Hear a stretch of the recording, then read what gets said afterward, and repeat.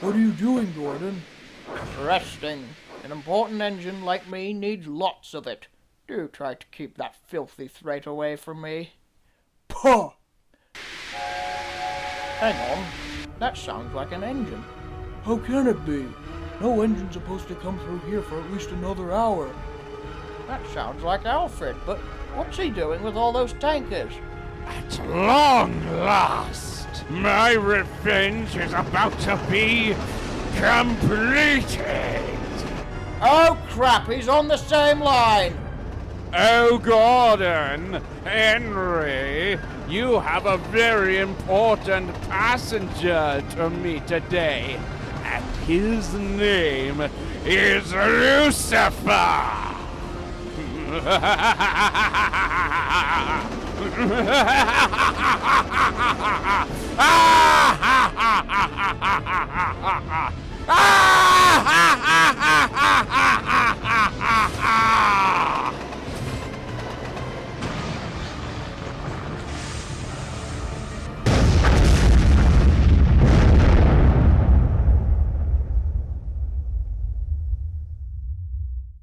Oh God! Oh my God! What the hell just happened? I have seen many sights in my life, but none as disturbing as the burning wreckage of number 98462. He probably thought that putting box fans between him and the tankers would shield him from the impact. Guess not. He was completely destroyed, with mangled and charred pieces everywhere. Alfred was dead. I cannot believe it. This is just horrific. He was trying to murder us. Isn't it obvious? Now, we mustn't jump to conclusions, but I think that unfortunately, that was the case. He yelled burn in hell or something like that, so most likely. We don't know what was going on through his mind, but whatever happened, it was very traumatizing, especially for me and Henry.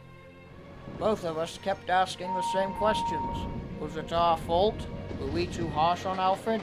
And if we had never come to Sodor, would Alfred still be here?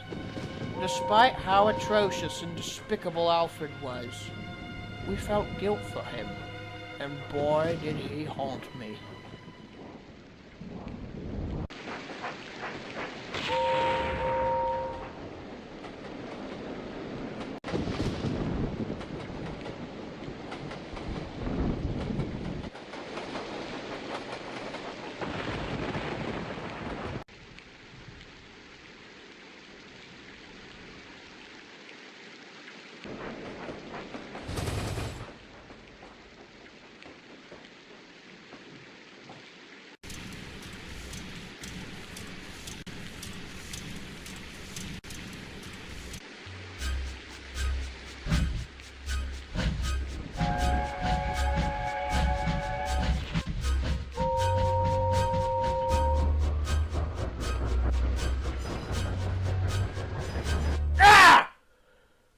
Oh Lord, I just can't comprehend it.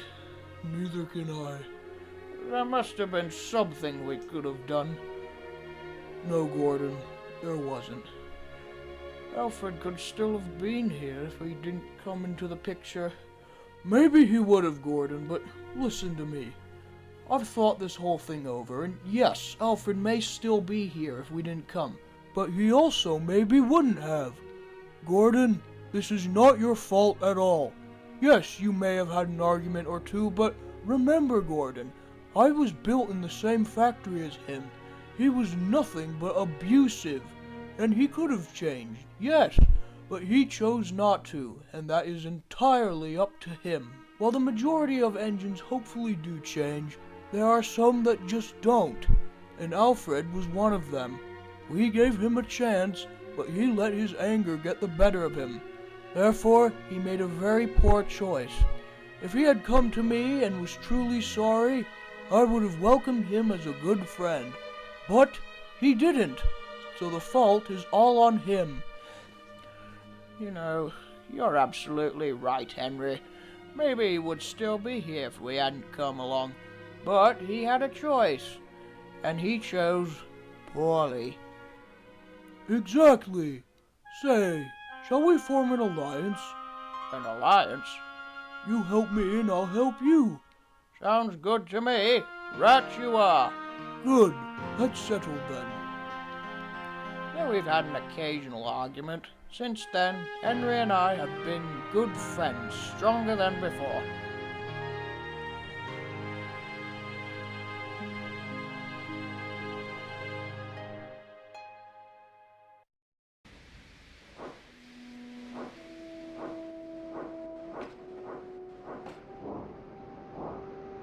After that, Alfred's remains were sent away to be scrapped. Of course, the Fat Controller never really liked to talk about it, and the Thin Clergyman decided quite rightfully to keep 98462 out of his books, except for a few pictures. When asked about him, he simply responded that he was sent away for being nasty and rude. And he was. It's just he never said he was sent away in pieces. And not too long after, the Fat Controller sent 87546 away too. He hadn't approved of his attitude either. We don't know exactly where 87546 went, but eventually he ended up at the scrapyard at Barrow. Of course, he got more than he deserved. The government of Sodor was looking for an engine to transport the governor, and they happened to come across him. As you've probably guessed by now, he became the governor's private engine, and was named Croven. Beagle went back to his heritage railway in 1929, but he came back briefly to help with the heavy passenger load in 1950. He's still there, giving rides to enthusiasts. Adam and Wallace was sold to a wealthy Rotarian on the mainland in 1931, and I believe they're a working exhibit at a museum somewhere now.